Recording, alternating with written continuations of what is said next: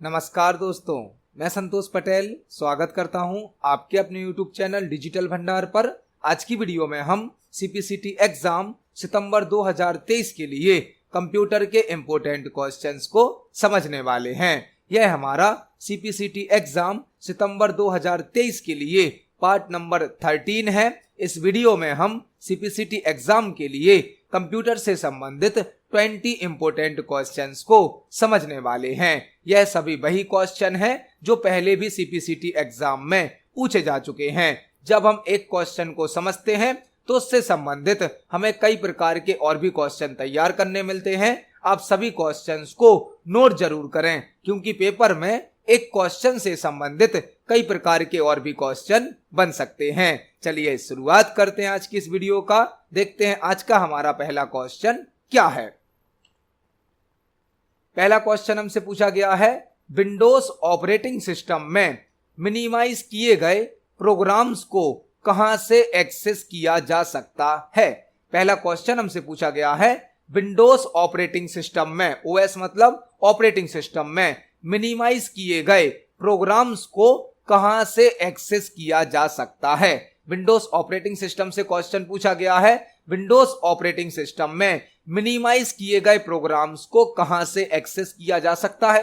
Windows एक operating system है जिसे माइक्रोसॉफ्ट कंपनी ने बनाया है। ओएस का फुल फॉर्म क्या होता है? Operating system. तो विंडोज एक ऑपरेटिंग सिस्टम है जिसे माइक्रोसॉफ्ट कंपनी ने बनाया है। जब आप विंडोज ऑपरेटिंग सिस्टम में कोई प्रोग्राम, कोई सॉफ्टवेयर ओपन करते हो और उसे मिनिमाइज कर देते हो, मिनिमाइज का मतलब क्या है? वह सॉफ्टवेयर ओपन तो रहेगा लेकिन आपके सामने उसकी विंडो, उसकी स्क्रीन शो नहीं की जाएगी।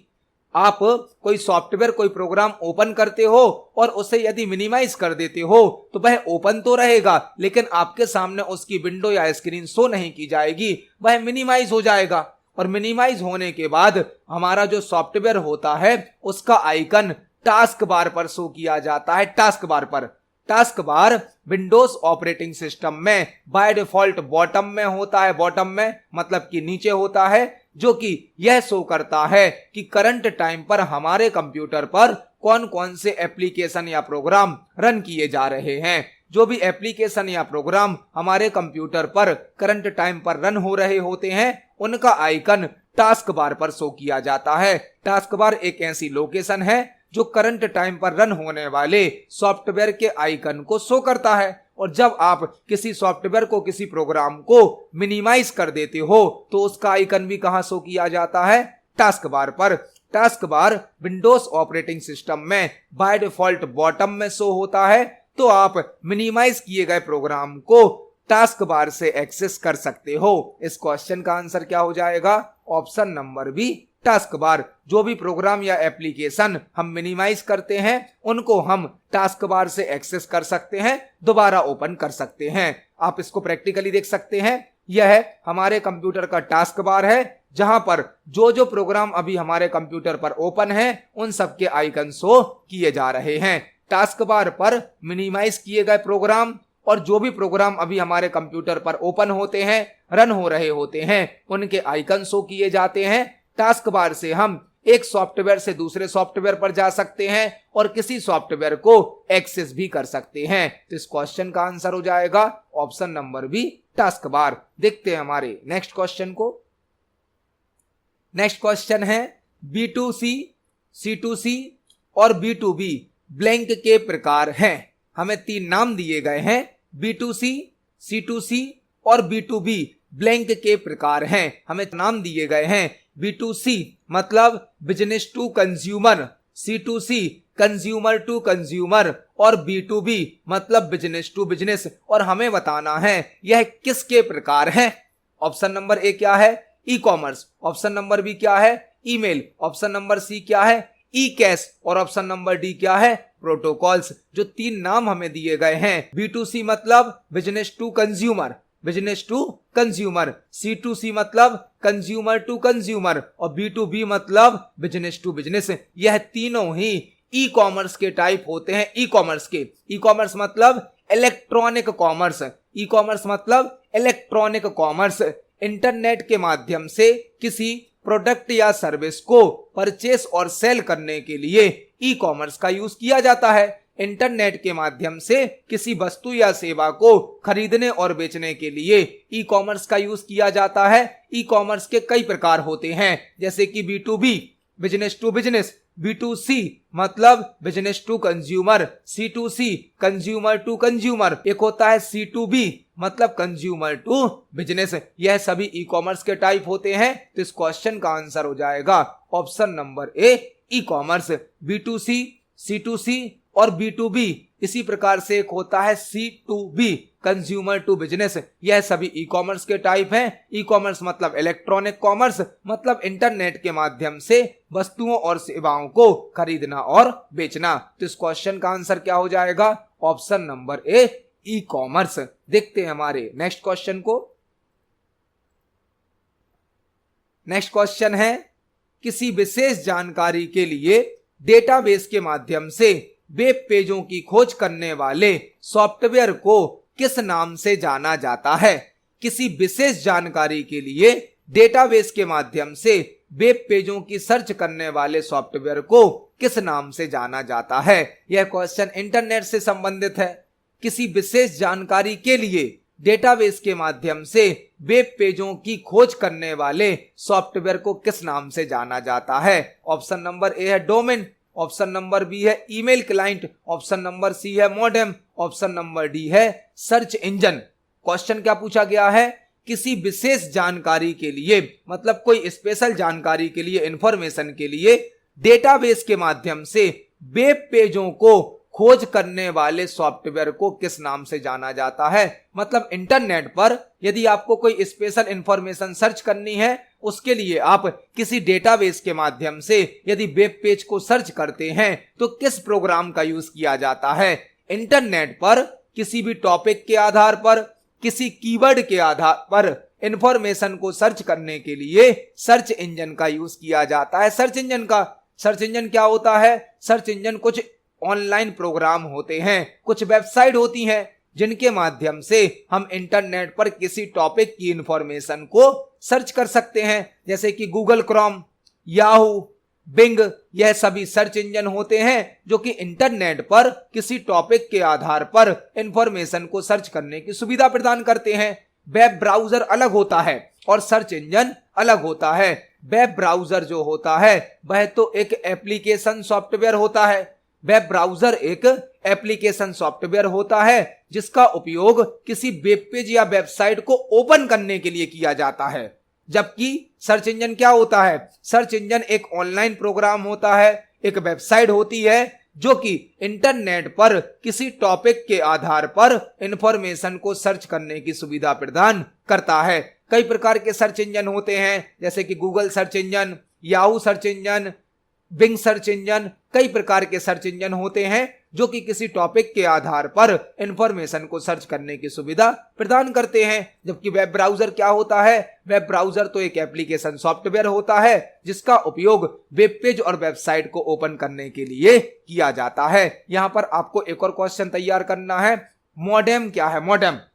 मॉडेम एक नेटवर्किंग डिवाइस है जिसका फुल फॉर्म होता है मॉड्यूलेटर, डीमॉड्यूलेटर। मॉडेम का उपयोग टेलीफोन लाइन को कंप्यूटर सिस्टम से कनेक्ट करने के लिए किया जाता है। यदि हमें टेलीफोन लाइन को कंप्यूटर सिस्टम से कनेक्ट करना है, यह हमारी टेलीफोन लाइन है, यह हमारा कंप्यूटर सिस्टम है, तो टेलीफोन लाइन को कंप्यूटर सिस्टम से कनेक्ट करने के लिए मॉडेम का यूज किया जाता है, क्योंकि टेलीफोन लाइन से जो सिग्नल आते हैं वह होते हैं एनालॉग और कंप्यूटर सिस्टम समझता है डिजिटल सिग्नल।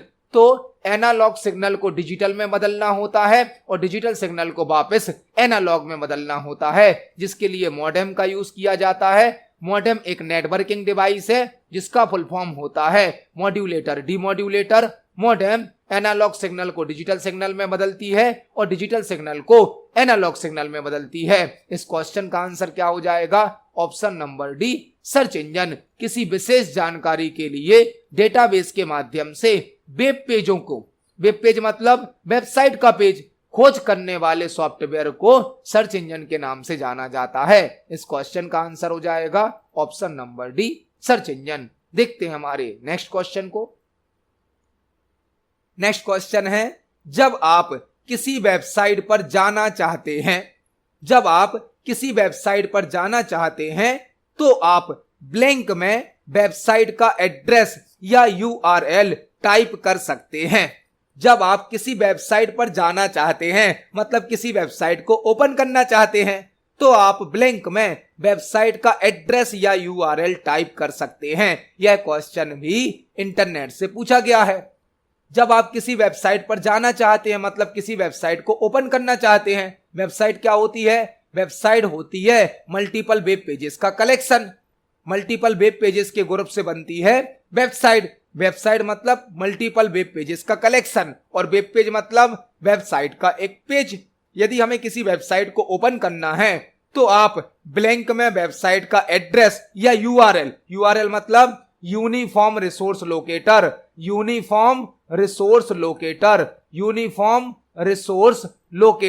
यूआरएल का फुल फॉर्म क्या होता है? यूनिफॉर्म रिसोर्स लोकेटर, जो कि किसी वेब पेज या वेबसाइट का यूनिक एड्रेस होता है। इंटरनेट पर किसी वेब पेज को यूनिकली आइडेंटिफाई करने के लिए यूआरएल का यूज किया जाता है। यूआरएल मतलब यूनिफॉर्म रिसोर्स लोकेटर। किसी वेब पेज या वेबसाइट को ओपन करने के लिए हमें उसके यूआरएल को वेब ब्राउजर के एड्रेस बार में टाइप करना होता है। वेब ब्राउजर के एड्रेस बार में यदि हमें कोई भी वेबसाइट ओपन करनी है, कोई वेब पेज ओपन करना है तो वेब ब्राउजर की आवश्यकता होती है। वेब ब्राउजर क्या होता है? एक एप्लीकेशन सॉफ्टवेयर जो कि वेब पेज और वेबसाइट को ओपन करने की सर्विस प्रोवाइड करता है। वेब ब्राउजर एक एप्लीकेशन सॉफ्टवेयर होता है जो कि वेब पेज और वेबसाइट को ओपन करने की सर्विस प्रोवाइड करता है। हमें जो भी वेब पेज या वेबसाइट ओपन करना होता है उसका यूआरएल मतलब उसका एड्रेस वेब ब्राउजर के एड्रेस बार में टाइप करना होता है। कई प्रकार के वेब ब्राउजर होते हैं जैसे कि Google Chrome, internet explorer, Mozilla Firefox, opera mini. कई प्रकार के वेब ब्राउजर होते हैं जो कि वेब पेज और वेबसाइट को ओपन करने की सर्विस प्रोवाइड करते हैं। इस क्वेश्चन का आंसर हो जाएगा ऑप्शन नंबर ए, ब्राउजर एड्रेस बार में यूआरएल को टाइप करना होता है। देखते हैं हमारे नेक्स्ट क्वेश्चन को। नेक्स्ट क्वेश्चन है, एमएस वर्ड का कौन सा फंक्शन पोजीशन विकल्प के ड्रॉप्ड से संबंधित है? एमएस वर्ड का कौन सा फंक्शन पोजीशन विकल्प के ड्रॉप्ड से संबंधित है? एक क्वेश्चन हमसे पूछा गया है, एमएस वर्ड का कौन सा फंक्शन पोजीशन विकल्प के ड्रॉप्ड से संबंधित है? एक वर्ड दिया गया है ड्रॉप्ड। ड्रॉप्ड मतलब किसी चीज को ड्रॉप कर देना, गिरा देना। ड्रॉप्ड मतलब किसी चीज को गिरा देना या ड्रॉप कर देना। एमएस वर्ड से क्वेश्चन पूछा गया है, एमएस वर्ड का कौन सा फंक्शन पोजीशन विकल्प के ड्रॉप्ड से संबंधित है?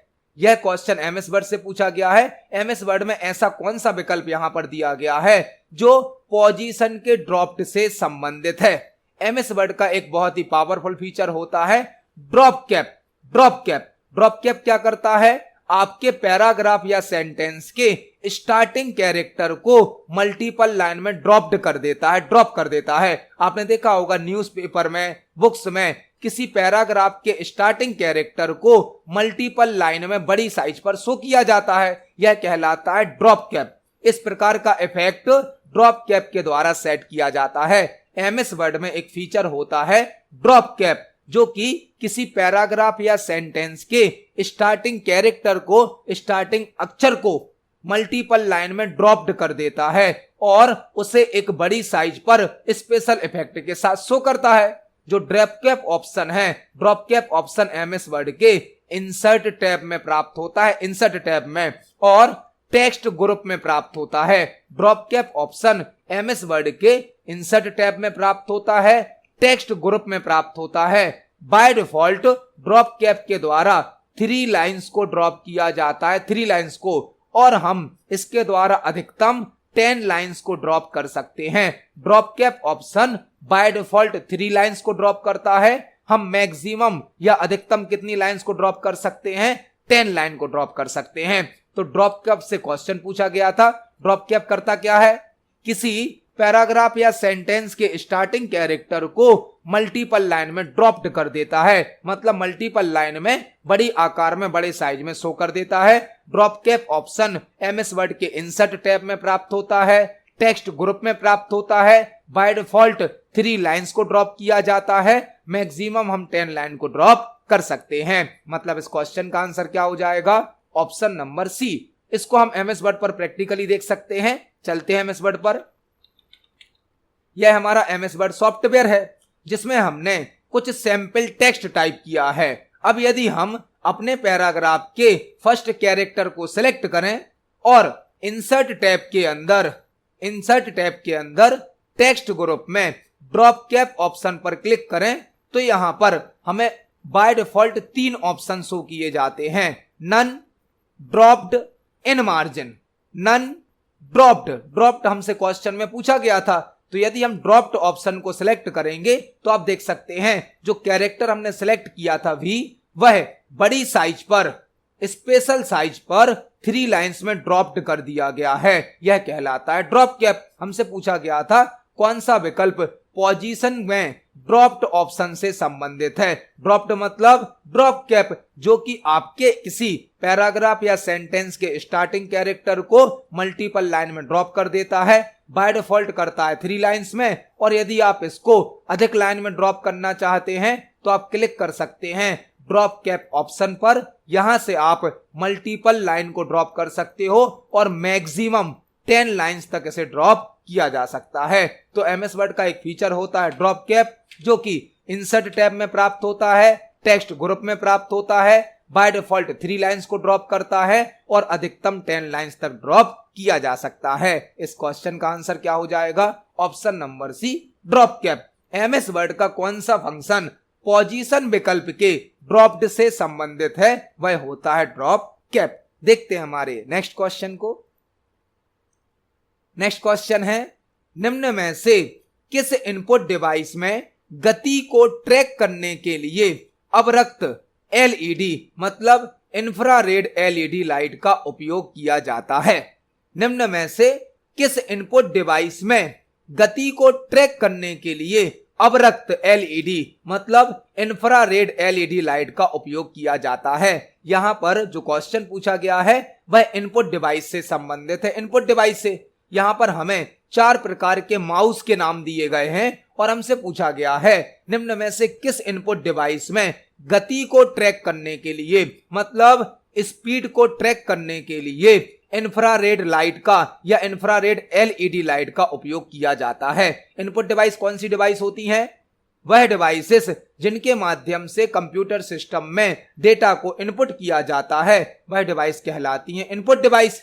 यहां पर माउस एक इनपुट डिवाइस है जो कि एक पॉइंटिंग डिवाइस भी होती है। माउस एक इनपुट डिवाइस है जिसे पॉइंटिंग डिवाइस भी कहा जाता है। माउस के द्वारा हम स्क्रीन पर किसी फिक्स ऑब्जेक्ट पर फोकस कर सकते हैं, किसी ऑब्जेक्ट को सिलेक्ट कर सकते हैं। तो माउस एक इनपुट डिवाइस है, माउस एक पॉइंटिंग डिवाइस भी होती है। हमसे क्वेश्चन पूछा गया है निम्न में से किस इनपुट डिवाइस में गति मतलब स्पीड को ट्रैक करने के लिए इंफ्रारेड एलईडी लाइट का उपयोग किया जाता है? एलईडी का फुल फॉर्म क्या होता है? Light emitting diode. Light emitting diode जो हमारा ऑप्टिकल माउस होता है, ऑप्टिकल माउस में स्पीड को ट्रैक करने के लिए इंफ्रारेड लाइट का यूज किया जाता है, इंफ्रारेड एलईडी लाइट का यूज किया जाता है। आपने देखा होगा माउस को ऑन करने पर जब माउस वर्क करने लगता है तो उसमें एक लाइट भी ऑन हो जाती है, वह कहलाता है ऑप्टिकल माउस। ऑप्टिकल माउस जिसमें एक इंडिकेटर होता है जो कि यह रिप्रेजेंट करता है कि माउस ऑन है, माउस वर्किंग कंडीशन में है। तो ऑप्टिकल माउस में इंफ्रारेड एलईडी लाइट होती है जो उस माउस की स्पीड को ट्रैक करने के लिए यूज की जाती है। तो इस क्वेश्चन का आंसर हो जाएगा ऑप्शन नंबर ए, ऑप्टिकल माउस। देखते हैं हमारे नेक्स्ट क्वेश्चन को। नेक्स्ट क्वेश्चन है, ब्लैंक एक भुगतान प्रणाली है मतलब पेमेंट सिस्टम है जो स्मार्टफोन के माध्यम से किन्हीं 2 बैंक खातों के बीच मुद्रा स्थानांतरण की सुविधा देती है। एक क्वेश्चन हमसे पूछा गया है, ब्लैंक एक भुगतान प्रणाली है मतलब पेमेंट सिस्टम है जो स्मार्टफोन के माध्यम से किन्हीं 2 बैंक खातों के बीच में मुद्रा स्थानांतरण मतलब मनी एक्सचेंज, मनी ट्रांसफर की सर्विस देती है। हमें 4 ऑप्शन दिए गए हैं और हमें यहां पर बताना है इनमें से कौन एक ऐसा सिस्टम है जो स्मार्टफोन के माध्यम से दो बैंक अकाउंट के बीच में मनी ट्रांसफर करने की सर्विस प्रोवाइड करती है। आप यहां पर क्वेश्चन के आंसर देखेंगे तो आपको आंसर समझ में आ जाएगा। आंसर दिया गया है option number B, UPI. UPI जो कि करंट टाइम पर बहुत अधिक यूज किया जाता है। यूपीआई के माध्यम से दो बैंक अकाउंट के बीच में मनी एक्सचेंज किया जाता है, मनी को ट्रांसफर किया जाता है। यूपीआई करंट टाइम पर यूज होने वाला इलेक्ट्रॉनिक पेमेंट सिस्टम है, ईपीएस है, जिसके माध्यम से स्मार्टफोन का उपयोग करके दो बैंक अकाउंट के बीच में मनी एक्सचेंज किया जा सकता है, मनी ट्रांसफर किया जा सकता है। यूपीआई का फुल फॉर्म क्या होता है? Unified payment interface. Unified payment interface.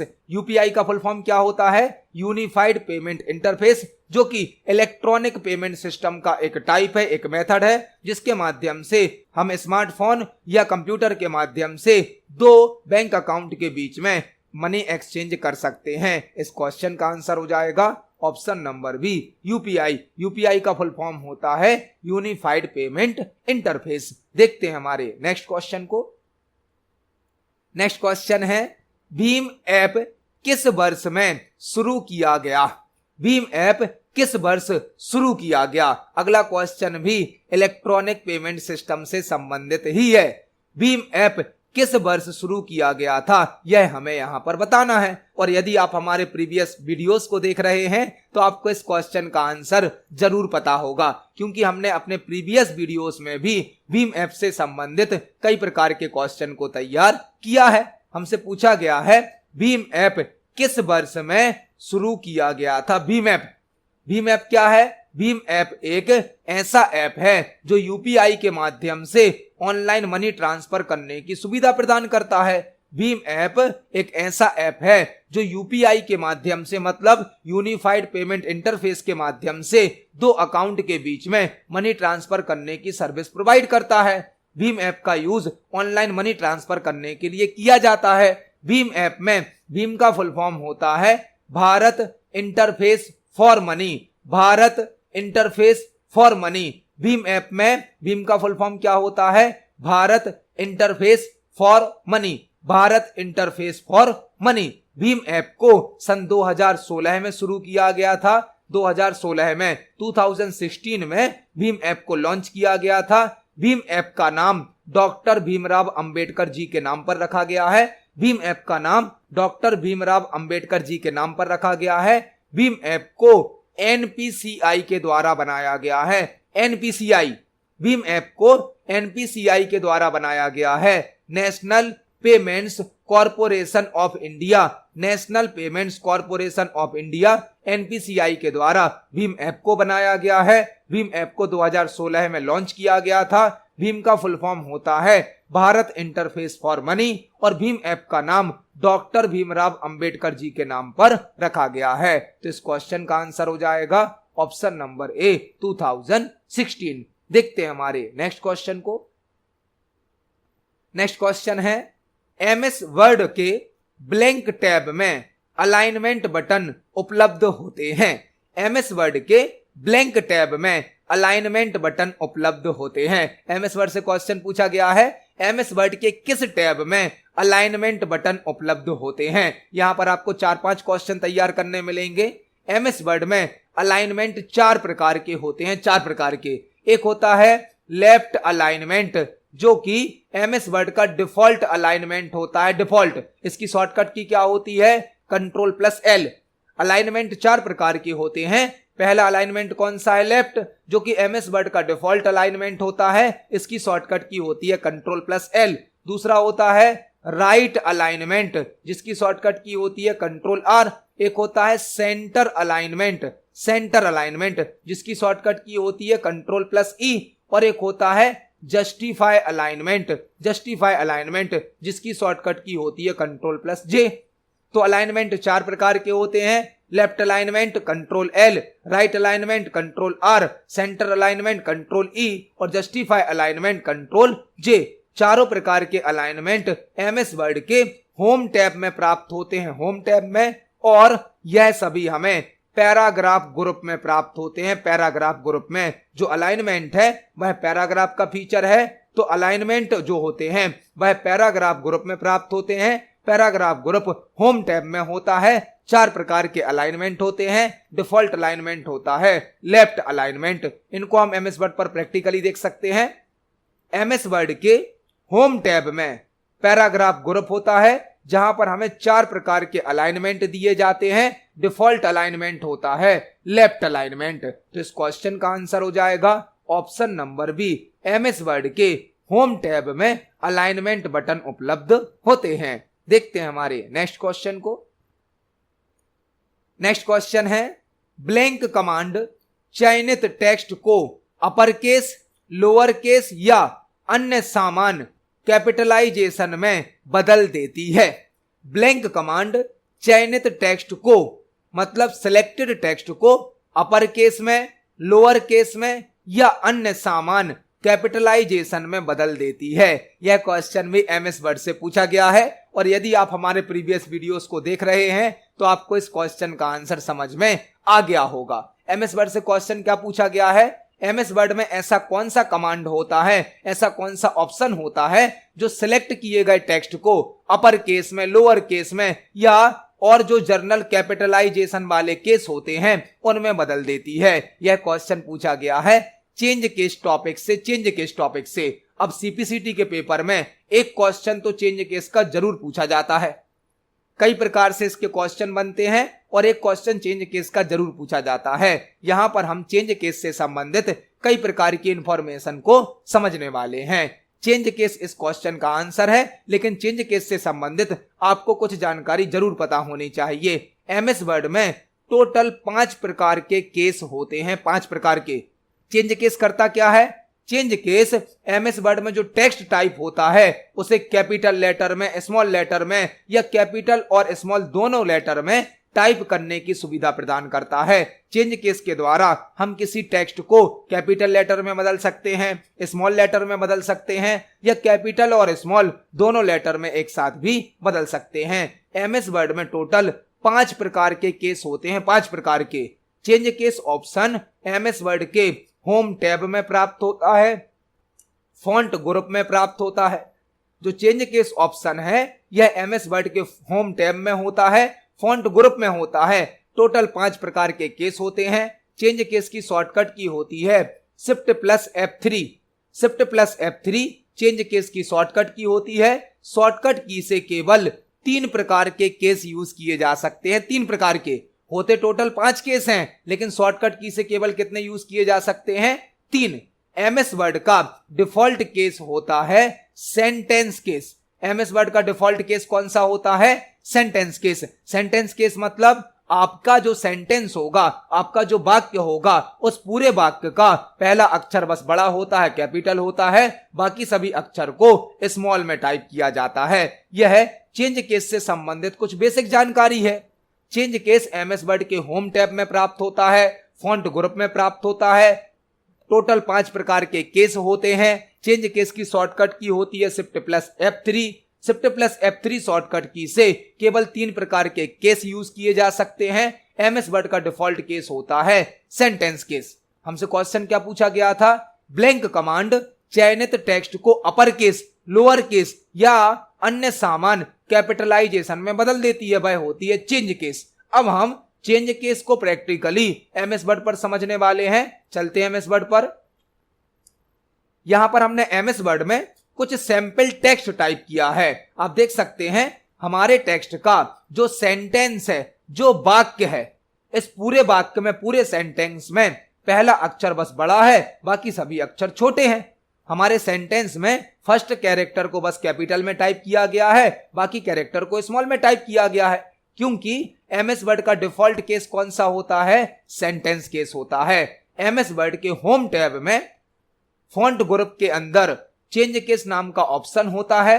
जब आप इस पर क्लिक करेंगे तो आपको यहां पर टोटल 5 प्रकार के केस दिए जाते हैं। 5 प्रकार के। हम यहां पर एक पैराग्राफ को सिलेक्ट करते हैं और इस पर सभी प्रकार के केस को समझते हैं। बाय डिफॉल्ट कौन सा केस ऑन रहता है? Sentence case. बाय डिफॉल्ट कौन सा केस होता है? Sentence case. इसके बाद दूसरा केस कौन सा है? Lower case. लोअर केस मतलब जो भी टेक्स्ट हमने सेलेक्ट किया होगा पूरे टेक्स्ट को स्मॉल लेटर में टाइप कर दिया जाएगा, छोटे अक्षरों में, लोअर केस। अगला केस होता है अपर केस। अपर केस मतलब जो भी टेक्स्ट हमने सेलेक्ट किया है उस पूरे टेक्स्ट को कैपिटल लेटर में या बड़े अक्षरों में टाइप कर दिया जाएगा, अपर केस। इसके बाद अगला केस होता है capitalise each word. Capitalise each word मतलब आपके हर वर्ड का, हर शब्द का पहला कैरेक्टर कैपिटल हो जाता है और बाकी सभी स्मॉल हो जाते हैं, कैपिटलाइज ईच वर्ड। और लास्ट केस होता है toggle case. Toggle case, toggle case क्या करता है?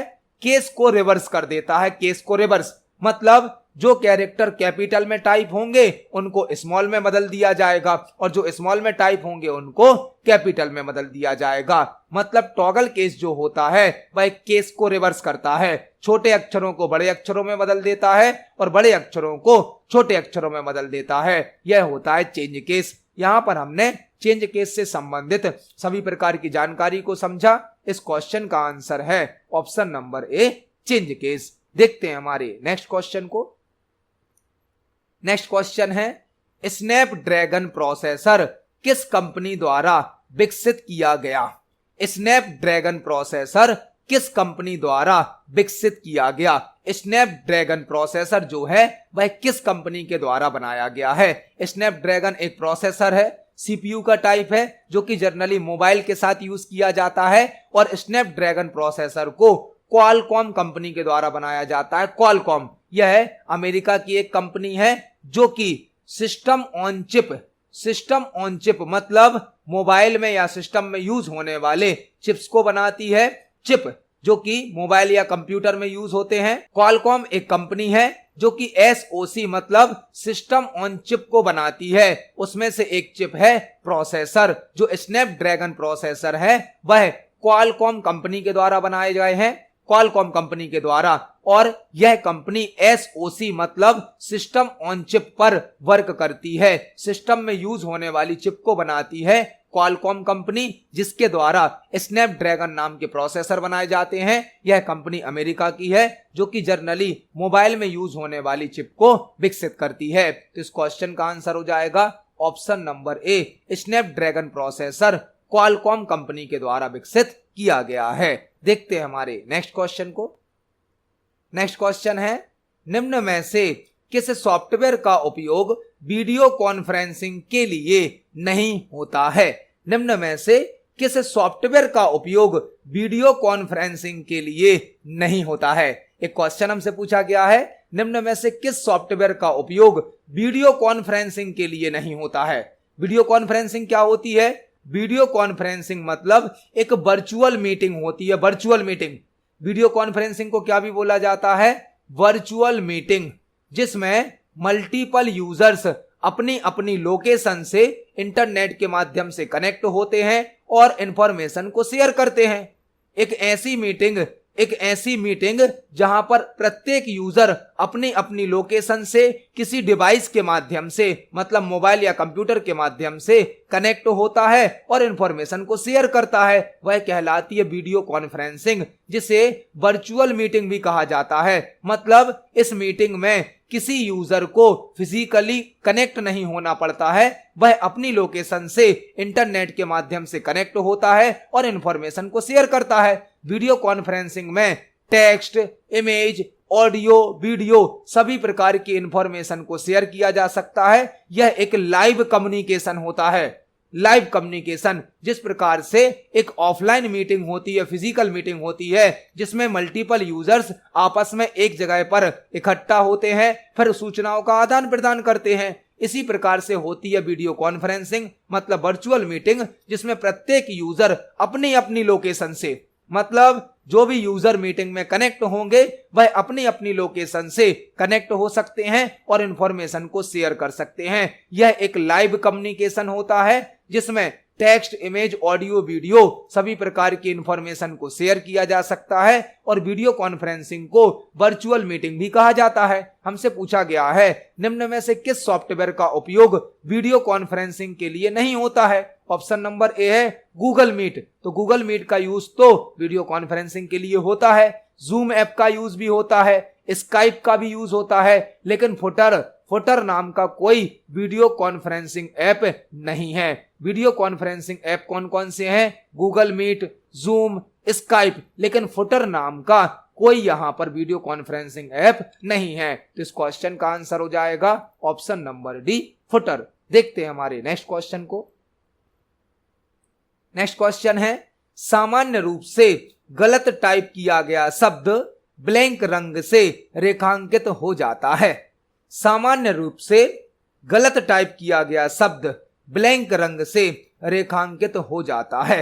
नेक्स्ट क्वेश्चन हमसे क्या पूछा गया है? सामान्य रूप से गलत टाइप किया गया शब्द ब्लैंक रंग से रेखांकित हो जाता है। मतलब जब हम कोई शब्द टाइप करते हैं, कोई वर्ड टाइप करते हैं और यदि उसकी स्पेलिंग मिस्टेक हो जाती है तो उसे किस लाइन से, किस रंग की लाइन से अंडरलाइन कर दिया जाता है। यह क्वेश्चन एमएस वर्ड से पूछा गया है। एमएस वर्ड से, एमएस वर्ड में जब हम टाइपिंग करते हैं तो टाइपिंग करते समय आपने देखा होगा कुछ शब्दों को रेड कलर की अंडरलाइन से शो किया जाता है, रेड कलर की अंडरलाइन से, और कुछ शब्दों को या सेंटेंस को ब्लू कलर की अंडरलाइन से या ग्रीन कलर की अंडरलाइन से रिप्रेजेंट किया जाता है, शो किया जाता है। यह क्वेश्चन एमएस वर्ड से पूछा गया है। जब हम एमएस वर्ड में टाइपिंग करते हैं तो टाइपिंग करते समय यदि किसी शब्द की स्पेलिंग गलत हो जाती है, स्पेलिंग मिस्टेक हो जाती है, तो उसे रेड कलर की अंडरलाइन से शो किया जाता है। और यदि किसी शब्द में या किसी सेंटेंस में ग्रामर की मिस्टेक हो जाती है, ग्रामर की, तो वहां पर ग्रीन या ब्लू कलर की अंडरलाइन को शो किया जाता है। ग्रीन या ब्लू कलर की जो अंडरलाइन होती है वह ग्रामर की मिस्टेक को रिप्रेजेंट करती है, जबकि रेड कलर की अंडरलाइन स्पेलिंग की मिस्टेक को रिप्रेजेंट करती है। एमएस वर्ड में टाइपिंग करते समय यदि किसी शब्द की स्पेलिंग गलत टाइप की जाती है तो उस शब्द को रेड कलर से अंडरलाइन कर दिया जाता है, और यदि किसी शब्द या सेंटेंस में ग्रामर की मिस्टेक की जाती है तो उसे ग्रीन या ब्लू कलर की अंडरलाइन से रिप्रेजेंट किया जाता है। एमएस वर्ड के पुराने वर्जन में ग्रामर को ग्रीन कलर की अंडरलाइन से रिप्रेजेंट करते थे, और एमएस वर्ड के नए वर्जन में ग्रामर की मिस्टेक को ब्लू कलर की अंडरलाइन से शो किया जाता है। एमएस वर्ड में स्पेलिंग और ग्रामर की मिस्टेक को सही करने के लिए स्पेलिंग एंड ग्रामर नाम का एक ऑप्शन होता है। स्पेलिंग एंड ग्रामर नाम का एक ऑप्शन होता है जो कि रिव्यू टैब में प्राप्त होता है। रिव्यू टैब में स्पेलिंग एंड ग्रामर नाम का ऑप्शन होता है जो कि हमें प्रूफिंग ग्रुप में प्राप्त होता है, प्रूफिंग ग्रुप में, और स्पेलिंग एंड ग्रामर की शॉर्टकट की होती है F7। सामान्य रूप से गलत टाइप किया गया शब्द ब्लैंक रंग से रेखांकित हो जाता है। गलत टाइप किया गया शब्द मतलब जिसकी स्पेलिंग गलत है तो वह रेड कलर से अंडरलाइन होगा। यदि ग्रामर की मिस्टेक होती तो ब्लू कलर से अंडरलाइन होता, और एमएस वर्ड का पुराना वर्जन होगा तो ग्रामर की मिस्टेक को ग्रीन कलर से अंडरलाइन करेगा। स्पेलिंग और ग्रामर की मिस्टेक को सही करने के लिए स्पेलिंग एंड ग्रामर नाम का एक फीचर होता है जो कि रिव्यू टैब में प्राप्त होता है, प्रूफिंग ग्रुप में प्राप्त होता है, और इसकी शॉर्टकट की क्या होती है F7। इसे हम एमएस वर्ड पर प्रैक्टिकली देख सकते हैं। एमएस वर्ड के रिव्यू टैब में फर्स्ट ग्रुप होता है प्रूफिंग, जहां पर एक ऑप्शन होता है स्पेलिंग एंड ग्रामर, जो कि हमारे डॉक्यूमेंट में टाइप की गई मिस्टेक स्पेलिंग को और ग्रामर को करेक्ट करने की सुविधा प्रदान करता है। तो इस क्वेश्चन का जो आंसर हो जाएगा वह हो जाएगा ऑप्शन नंबर ए, रेड। सामान्य रूप से गलत टाइप किया गया शब्द, जिसे गलत टाइप किया गया है, वह रेड रंग से मतलब लाल कलर से रेखांकित हो जाता है, रेड कलर से अंडरलाइन हो जाता है। देखते हैं हमारे नेक्स्ट क्वेश्चन को। नेक्स्ट क्वेश्चन है, हाई सिलिकॉन एक चीनी कंपनी है जिसे ब्लैंक बनाने में विशेषज्ञता प्राप्त है। हाई सिलिकॉन एक चीनी कंपनी है जिसे ब्लैंक बनाने में विशेषज्ञता प्राप्त है। एक कंपनी का हमें नाम दिया गया हाई सिलिकॉन, जो कि एक चाइनीज कंपनी है जिसे ब्लैंक बनाने में स्पेशलाइजेशन है, विशेषज्ञता है, वह है सेमीकंडक्टर। हाई सिलिकॉन एक चाइनीज कंपनी है जो कि सेमीकंडक्टर्स को बनाती है, सेमीकंडक्टर्स को। मतलब इस क्वेश्चन का आंसर क्या हो जाएगा? ऑप्शन नंबर ए, हाई सिलिकॉन एक चीनी कंपनी है जिसे सेमीकंडक्टर बनाने में विशेषज्ञता प्राप्त है। इस क्वेश्चन का आंसर है ऑप्शन नंबर ए। देखते हैं हमारे नेक्स्ट क्वेश्चन को। नेक्स्ट क्वेश्चन है, जब दीपक उस पूरे कमेंट्स को नहीं देख पा रहा है जिसे वह एडिट करना चाहता है तो उसे ट्रैकिंग ग्रुप के ब्लैंक फीचर का उपयोग करने की आवश्यकता है। जब दीपक उस पूरे कमेंट को नहीं देख पा रहा है जिसे वह एडिट करना चाहता है तो उसे ट्रैकिंग ग्रुप के ब्लैंक फीचर का उपयोग करने की आवश्यकता है। जब दीपक पूरे कमेंट को नहीं देख पा रहा है, एक दीपक नाम का यूजर है जो एमएस वर्ड के डॉक्यूमेंट में सभी कमेंट्स को नहीं देख पा रहा है जिसे वह एडिट करना चाहता है, मतलब सुधारना चाहता है, तो उसे ट्रैकिंग ग्रुप के ब्लैंक फीचर का उपयोग करने की आवश्यकता है। यह क्वेश्चन एमएस वर्ड से पूछा गया है और एमएस वर्ड में ट्रैक चेंजेस नाम के ऑप्शन से पूछा गया है। ट्रैक चेंजेस नाम के ऑप्शन से ट्रैक चेंजेस करता क्या है? ट्रैक चेंजेस डॉक्यूमेंट में किए गए चेंजेस को ट्रैक करने की सुविधा प्रदान करता है। जब हम एमएस वर्ड में कोई डॉक्यूमेंट बनाते हैं और उस डॉक्यूमेंट में यदि किसी यूजर के द्वारा चेंजेस कर दिए जाते हैं तो जहां जहां पर चेंजेस किए गए हैं उनको हम ट्रैक कर सकते हैं। किस ऑप्शन के द्वारा? ट्रैक चेंजेस ऑप्शन के द्वारा। ट्रैक चेंजेस एक ऐसा ऑप्शन है जो डॉक्यूमेंट में किए गए चेंजेस को ट्रैक करने की सुविधा प्रदान करता है। Track changes option MS Word के रिव्यू टैब में प्राप्त होता है और ट्रैकिंग ग्रुप में प्राप्त होता है। ट्रैकिंग ग्रुप में रिव्यू टैब के अंदर ट्रैक चेंजेस नाम का ऑप्शन होता है जिसको कंट्रोल शिफ्ट ई से ऑन और ऑफ किया जा सकता है। यह ऑप्शन डॉक्यूमेंट में किए गए चेंजेस को ट्रैक करने की सुविधा प्रदान करता है। और ट्रैक चेंजेस के साथ ही एक ऑप्शन होता है रिव्यूइंग पेन। रिव्यूइंग पेन मतलब जहां से आप यह रिव्यू कर सकते हो एक लिस्ट के रूप में कि आपके डॉक्यूमेंट में कहां कहां चेंजेस किए गए हैं। इस क्वेश्चन का आंसर क्या है? Option number C. Track changes के साथ ट्रैकिंग ग्रुप में ही एक रिव्यूइंग पेन होती है जो डॉक्यूमेंट में किए गए सभी चेंजेस की एक लिस्ट शो कर देती है।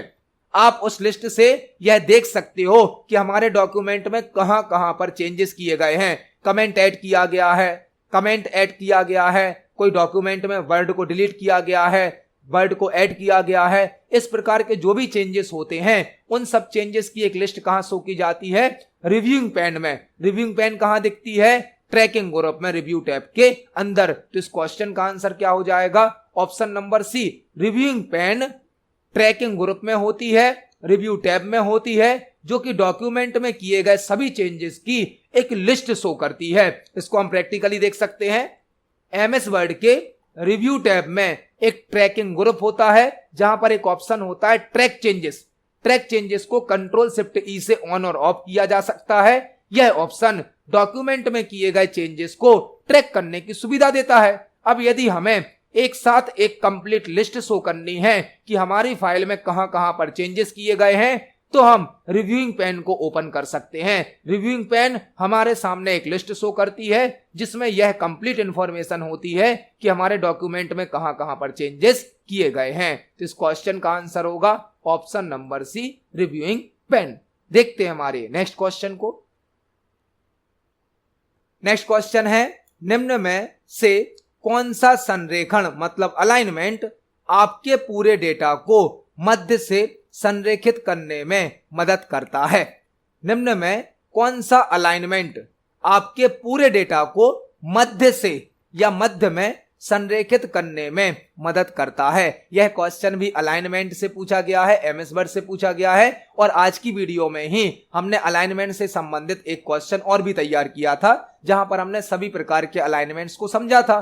क्वेश्चन क्या है? निम्न में कौन सा संरेखण मतलब अलाइनमेंट आपके पूरे डेटा को मध्य में मतलब सेंटर में संरेखित करने में मदद करता है? लिखा गया है क्वेश्चन में मध्य में मतलब सेंटर में, तो आंसर भी क्या होगा? Centre alignment. सेंटर अलाइनमेंट, चार प्रकार के अलाइनमेंट होते हैं। लेफ्ट अलाइनमेंट शॉर्टकट की होती है इसकी control plus L, control plus L. दूसरा होता है राइट अलाइनमेंट, शॉर्टकट की क्या होती है? Control plus R. Centre alignment shortcut key क्या होती है? Control plus E. Justify alignment control plus J shortcut key होती है। और डिफॉल्ट अलाइनमेंट कौन सा होता है? लेफ्ट। सभी प्रकार के अलाइनमेंट एमएस वर्ड के होम टैब में पैराग्राफ ग्रुप में प्राप्त होते हैं। लेफ्ट अलाइनमेंट टेक्स्ट को लेफ्ट साइड से अरेंज करता है, राइट अलाइनमेंट टेक्स्ट को राइट साइड से अरेंज करता है, सेंटर अलाइनमेंट टेक्स्ट को मध्य से मतलब सेंटर से अलाइन करता है, अरेंज करता है, और जस्टिफाइड अलाइनमेंट टेक्स्ट को लेफ्ट और राइट दोनों डायरेक्शन से अलाइन कर देता है। तो इस क्वेश्चन का आंसर क्या होगा? Option number C, centre alignment text को मध्य से मतलब सेंटर से अलाइन करता है। इस क्वेश्चन का आंसर है ऑप्शन नंबर सी। देखते हैं हमारे नेक्स्ट क्वेश्चन को। नेक्स्ट क्वेश्चन है, निम्न में से कौन सा वह अवांछित बल्क मेल है जिसे किसी अनाधिकृत या अज्ञात व्यक्ति द्वारा डिस्क का पूरा स्पेस उपयोग करने के लिए भेजा जाता है? निम्न में से कौन सा वह अवांछित बल्क मेल है?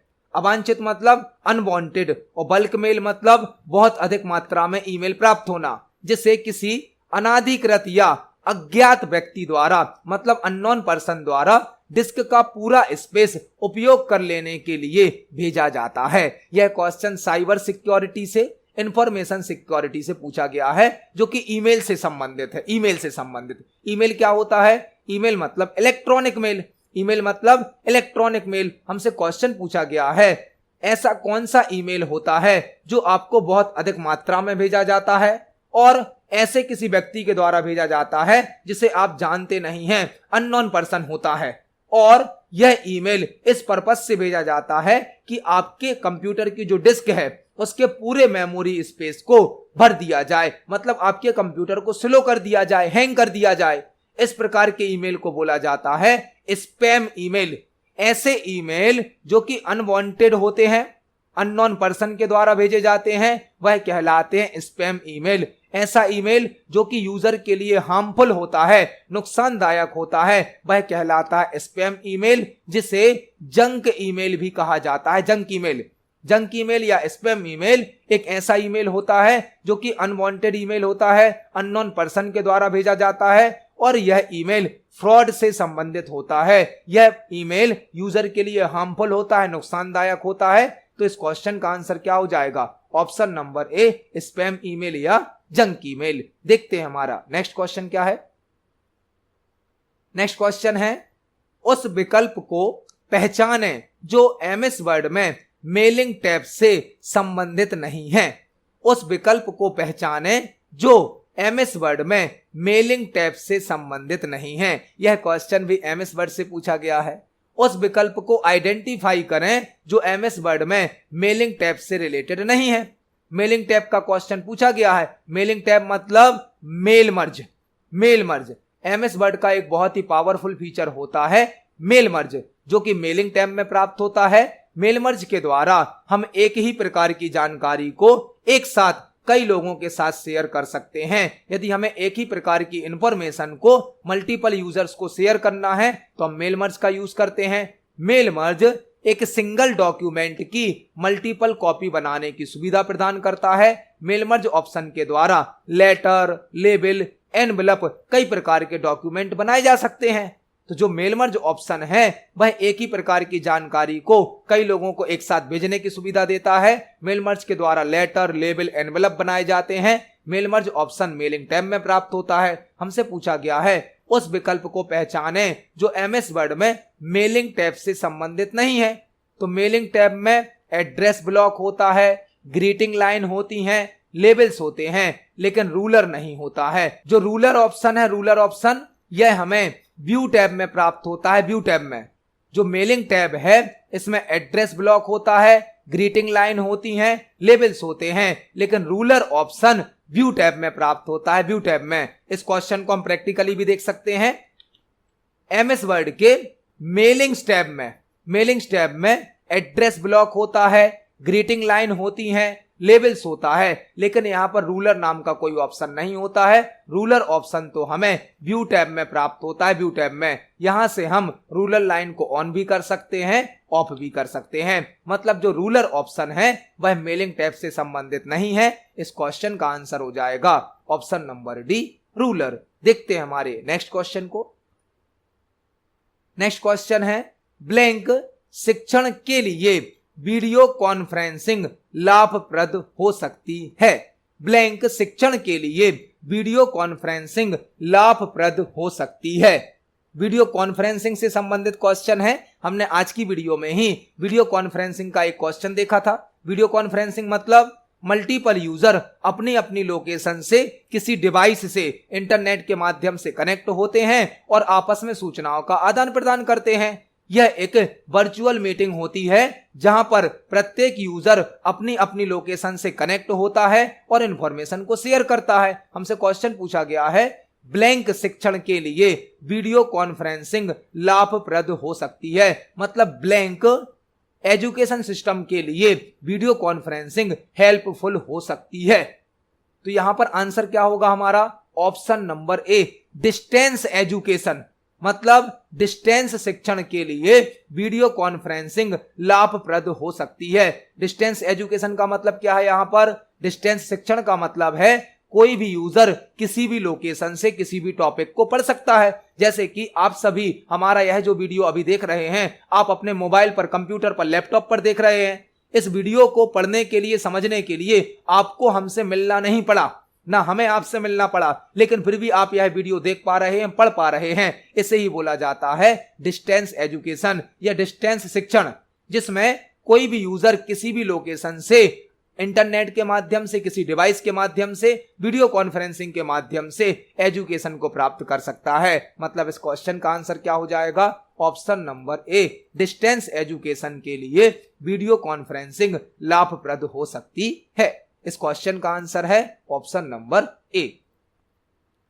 तो आज की वीडियो में हमने सीपीसीटी एग्जाम के लिए कंप्यूटर से संबंधित 20 इंपोर्टेंट क्वेश्चंस को समझा।